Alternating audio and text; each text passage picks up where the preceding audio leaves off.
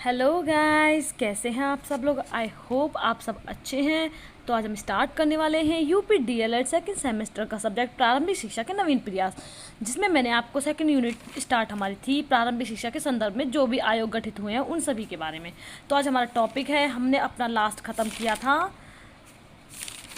Would के आदेश पत्र के सुझाव व सिफारिशें। तो आज हम स्टार्ट करेंगे उसका लास्ट पॉइंट हम करने वाले हैं। उसमें लास्ट स्टार्ट करते हैं कमीशन। सन 1854 के वुड के आदेश पत्र में निहित शिक्षा संबंधी स्तुतियों से भारतीय शिक्षा के क्षेत्र में महत्वपूर्ण परिवर्तन हुआ, परंतु 1857 की क्रांति के फलस्वरूप भारतीय शिक्षा की प्रगति का मार्ग कुछ समय के लिए अवरुद्ध हो गया। यह क्रांति कंपनी के शासन के विरुद्ध भारतवासियों के प्रबल असंतोष को प्रकट करता था। अतः सन 1858 में ब्रिटिश पार्लियामेंट ने कंपनी के शासन को समाप्त करते हुए इंग्लैंड की रानी विक्टोरिया को भारत की साम्राज्ञी घोषित किया। ब्रिटिश पार्लियामेंट ने सन 1880 में लॉर्ड रिपन को इस देश में नए गवर्नर जनरल के रूप में मनोनीत किया। लॉर्ड रिपन ने भारत शिक्षा की समस्या को दूर करने तथा जनसाधारण की शिक्षा का प्रसार के लिए 1882 में भारतीय शिक्षा आयोग इंडियन एजुकेशन कमीशन की नियुक्ति की। इस लाइन को आप इस सन को जरूर याद करें। 1882 में इस आयोग के अध्यक्ष सर विलियम हंटर थे, इसके अध्यक्ष। इनके नाम से इस आयोग की हंटर कमीशन के नाम से भी जाना जाता था। आयोग के सुझाव व सिफारिशें पढ़ते हैं। आयोग ने भारतीय शिक्षा के अंगों और क्षेत्रों का गहन अध्ययन करने के पश्चात उनके संबंध में सुझाव और सिफारिशों को प्रस्तुत किया। प्रशिक्षु प्राथमिक शिक्षा के संदर्भ में आयोग के दिए एवं सुझाव के चर्चा करें। नंबर 1 पॉइंट है, प्राथमिक शिक्षा का एकमात्र उद्देश्य है जनसाधारण में शिक्षा का विस्तार होना चाहिए। इसका नंबर 1 पॉइंट था। अब स्टार्ट करते हैं नंबर 2 पॉइंट, आदिवासी और पिछड़ी जातियों में प्राथमिक शिक्षा प्रसार के लिए ठोस कदम उठाने चाहिए। नंबर 3 पॉइंट है, प्राथमिक शिक्षा के व्यवहारिक बनाए जाए पाठ्यक्रम में ऐसे विषय सम्मिलित किए जाएं जो छात्र को आत्मनिर्भर बना सके। नंबर 4 पॉइंट है, सरकार प्राथमिक विद्यालयों को पूर्ण संरक्षण प्रदान करे। नंबर 5 पॉइंट है, प्राथमिक शिक्षा के प्रशासन और संचालन का पूर्ण उत्तरदायित्व सरकार को जिला परिषद, नगर पालिकाओं आदि स्थानीय निकायों को सौंप देना चाहिए। नंबर 5 पॉइंट वही था। अब स्टार्ट करते हैं यह नेक्स्ट। प्राथमिक विद्यालयों के शिक्षण स्तर को ऊंचा उठाने के लिए आयोग ने विद्यालयों के प्रशिक्षण पर बल दिया और स्थान स्थान पर नॉर्मल स्कूल खोलने की सिफारिशें की। प्रशिक्षण विद्यालयों की स्थापना ऐसे स्थान पर की जाए जहां अधिक से अधिक कम से कम एक नॉर्मल स्कूल एक प्रांतीय निरीक्षण में क्षेत्र में आ जाए। प्रत्येक निरीक्षक का कर्तव्य है कि वह नॉर्मल स्कूल की सफलता के लिए अपने अधीन प्रशिक्षण विद्यालयों में रुचि ले और छात्र छात्राओं के प्रशिक्षण में प्रति प्रेरणा उत्पन्न करे। प्राथमिक विद्यालयों पर व्यय करने के लिए जो धनराशि निश्चित की जाए उस पर विद्यालयों का पूर्ण अधिकार रहे। स्वतंत्रता के उपरांत देश की आर्थिक एवं सामाजिक प्रगति के क्षेत्र के महत्वपूर्ण स्थान को स्वीकार किया गया। शिक्षा द्वारा ही लोकतांत्रिक समाज का निर्णय किया जा सकता है। शिक्षा की राष्ट्रीय एकता एवं संभव बना सकती है। भारत सरकार 14 जुलाई सन 1964 के प्रस्ताव में विश्वविद्यालय अनुदान आयोग के अध्यक्ष प्रोफेसर D.M. कोठारी की अध्यक्ष में शिक्षा आयोग की नियुक्ति की घोषणा की। प्रोफेसर कोठारी ने इस आयोग को कोठारी कमीशन भी कहा जाता है। आयोग में कुल 17 सदस्य थे, जिसमें से 6 अन्य देशों की शिक्षा के विशेषज्ञ थे। इसका नेक्स्ट टॉपिक है राष्ट्रीय शिक्षा नीति 1986 और प्रोग्राम ऑफ एक्शन 1992। राष्ट्रीय शिक्षा नीति की घोषणा कब की गई? तो स्टार्ट करते हैं। चर्चा उपरांत प्रशिक्षु स्पष्ट करे कि आर्थिक एवं तकनीकी विकास के दौर में उपलब्ध संसाधनों का अधिकतम लाभ उठाने तथा जन जन तक पहुंचाने के लिए विशेषज्ञ प्रयास किए जाने चाहिए। इस लक्ष्य को प्राप्त करने के एक मार्ग शिक्षा है। अतः भारत सरकार ने जनवरी 1986 में राष्ट्रीय शिक्षा नीति का निर्णय करने की घोषणा की। सन 1986 की राष्ट्रीय शिक्षा नीति के नाम से प्रसिद्ध है।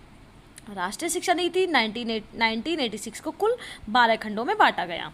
तो इसका नेक्स्ट पॉइंट है गाइस, राष्ट्रीय शिक्षा नीति के समाहित बिंदु, मतलब कि इसके इंपॉर्टेंट बिंदु बोल सकते हैं। नंबर 1 पॉइंट है, शिक्षा की राष्ट्रीय प्रणाली के अंतर्गत एक निश्चित स्तर तक सभी छात्रों की जाती है। मत या लिंग के भेदभाव के बिना तुलनीय गुणवत्ता वाली शिक्षा वाली शिक्षा तक सभी पहुँचे हों। शिक्षा की राष्ट्रीय में एक समान शिक्षा संरचना समाहित है। 10+2+3 संरचना को राष्ट्र के सभी भागों में स्वीकार किया जाएगा। शिक्षा की राष्ट्रीय प्रणाली पाठ्यक्रम ढांचे पर आधारित होगी। नंबर 2 पॉइंट है पोषण, स्वास्थ्य तथा शारीरिक, मानसिक, सामाजिक, नैतिक व संवेगात्मक विकास की दृष्टि से पूर्व बाल्यकाल शिक्षा को उच्च प्राथमिकता दी जाएगी।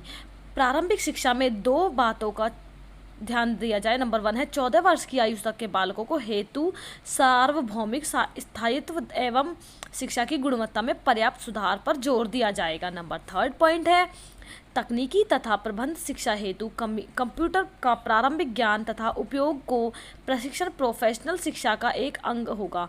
महिलाओं, आर्थिक व सामाजिक रूप से कमजोर वर्गों तथा विकलांगों के लाभ के लिए तकनीकी शिक्षा के उपयुक्त तथा अनौपचारिक कार्यक्रम बनाए जाएंगे। नंबर 4 पॉइंट है शिक्षा के पाठ्यक्रम तथा प्रक्रियाओं को सांस्कृतिक पाठ्यक्रम से सुदृढ़ किया जाएगा। पुस्तकों की गुणवत्ता सुधारने, रचनात्मक लेखन को प्रोत्साहित करने के उपाय के लिए जाएंगे। वर्तमान पुस्तकालय के सुधार तथा नए की स्थापना के लिए राष्ट्रीय व्यापी आंदोलन चलाया जाएगा। नंबर 5 पॉइंट है गाइस इसका राष्ट्रीय शिक्षा नीति 1986 द्वारा सुझाए गए 10 केंद्रीय बिंदु एवं राष्ट्रीय महत्व से संबंधित विषयों को पाठ्यक्रम स्तरानुकूल यथास्थान सम्मिलित किया जाए।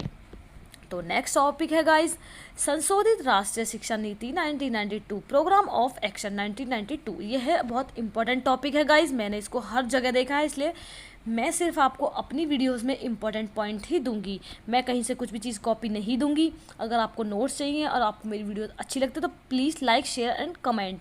मैं आपको अपनी PDF भी प्रोवाइड कर सकती हूँ। प्रोग्राम ऑफ एक्शन 1992 के बारे में आप क्या जानते हैं, तो स्टार्ट करते हैं गाइज। चर्चा उपरांत प्रशिक्षु स्पष्ट करे कि सन 1986 में घोषित नवीन राष्ट्रीय शिक्षा नीति शैक्षिक विकास के लिए क्षेत्र में एक अत्यंत महत्वपूर्ण कदम था। इस शिक्षा नीति में 10+2+3 की राष्ट्रीय संरचना की अपनाने, राष्ट्रीय पाठ्यक्रम को लागू करने, शैक्षिक अवसरों की समानता, नवोदय विद्यालय की स्थापना आदि पर विशेष जोर दिया जाएगा। इस शिक्षा नीति में यह भी कहा गया था कि प्रत्येक 5 वर्ष के उपरांत विभिन्न संकल्पों की समीक्षा की जाएगी। भारत सरकार के द्वारा सन 1992 में राष्ट्रीय शिक्षा नीति 1986 के विभिन्न खंडों में किए गए प्रमुख संशोधन निम्नवत है। तो इसके पॉइंट्स है संपूर्ण भारत में 2 स्तर को स्कूल शिक्षा के अंग के रूप में स्वीकार किया जाएगा। समग्र साक्षरता अभियान पर अधिक जोर दिया जाएगा। आवश्यकता व रुचि आधारित व्यावसायिक व कौशल प्रशिक्षण कार्यक्रम पर जोर दिया जाएगा। ऑपरेशन ब्लैक बोर्ड को अधिक व्यापक करके प्रत्येक स्कूल में 3 बड़े कमरे तथा 3 अध्यापक होंगे। ऑपरेशन ब्लैक बोर्ड को उच्च प्राथमिक स्तर पर विस्तृत किया जाएगा। ड्रॉप आउट बच्चे, असमर्थ कामकाजी बच्चे तथा लड़कियों के लिए अनौपचारिक शिक्षा के कार्यक्रम को सुदृढ़ व विस्तृत किया जाएगा। 14 वर्ष वाले सभी बच्चों को निःशुल्क एवं अनिवार्य शिक्षा उपलब्ध कराने के उद्देश्य को प्राप्त करने के लिए एक राष्ट्रीय मिशन चलाया जाएगा।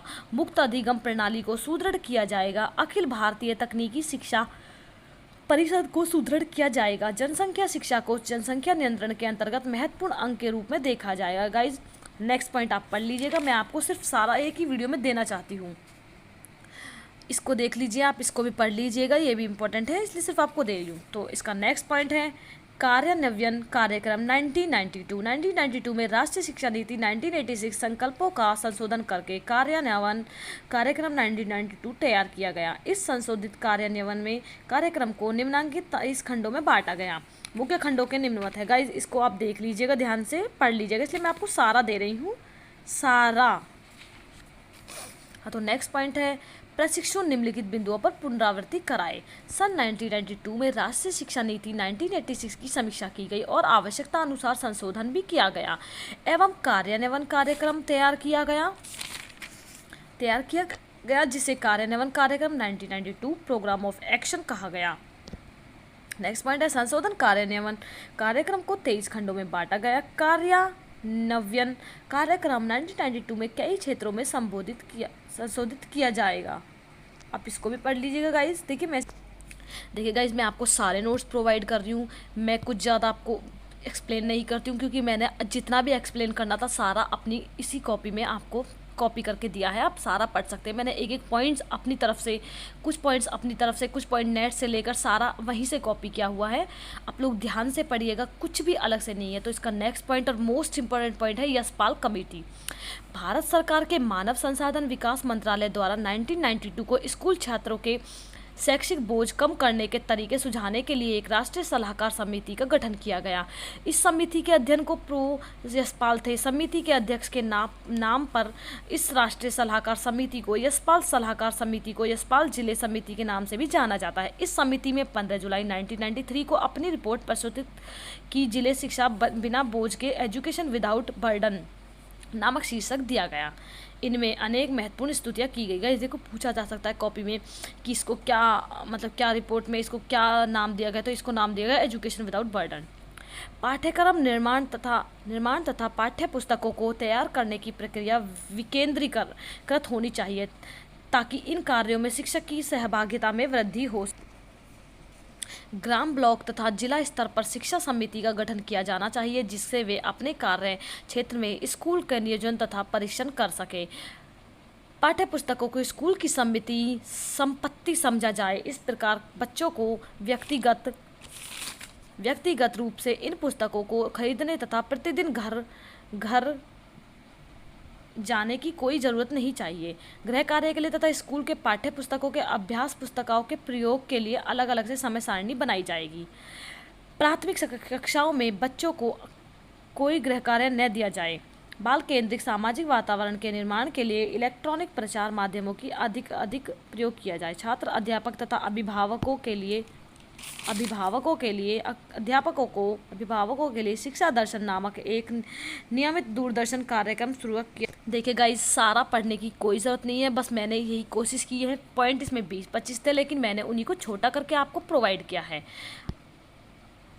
प्राथमिक कक्षाओं में गठित पाठ्यक्रमों की समीक्षा की जाए तथा भाषा की पाठ्यपुस्तकों व स्थानीय व बोलचाल में मुहावरे को उचित स्थान दिया जाए। पाठ्यपुस्तकों को बच्चों के अनुभव तथा सामान्य जनजीवन प्रतिबिंबित होना चाहिए। प्राथमिक कक्षाओं में विज्ञान पाठ्यक्रम तथा पाठ्यपुस्तकों में प्रयोग करने को अधिक स्थान दिया जाए। तो नेक्स्ट पॉइंट और इम्पॉर्टेंट चीज़ें हैं। इस यशपाल समिति के द्वारा दी गई स्तुतियों के अवलोकन से स्पष्ट है कि समिति ने शिक्षा व्यवस्था के जुड़े हुए कुछ बुनियादों पर मुद्दों पर चिंतन करते इस दिशा में एक नई दृष्टि की।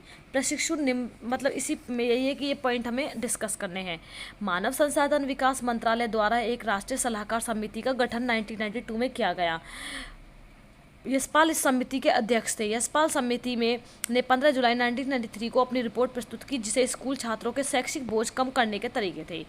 ईस्ट इंडिया कंपनी ने भारत में अपनी सत्ता को चिरस्थायी बनाने के लिए शिक्षा के प्रति ध्यान देना शुरू किया।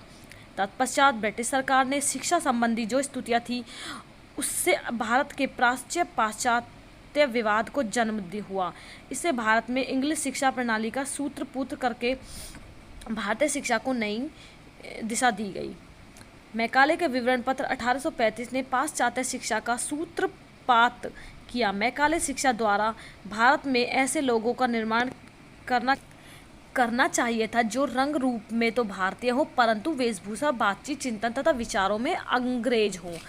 वुड का आदेश पत्र 1854 ने भारतीय शिक्षा की समस्याओं के समाधान हेतु सुझाव व सिफारिशें दी। आदेश पत्र में जनसाधारण की शिक्षा की सिफारिशें की गई जिसके अंतर्गत प्राथमिक शिक्षा पर अधिक धन व्यय करने, प्रत्येक जिले में स्कूल की स्थापना करना तथा मेधावी और निर्धन छात्रों के लिए छात्रवृत्ति देना।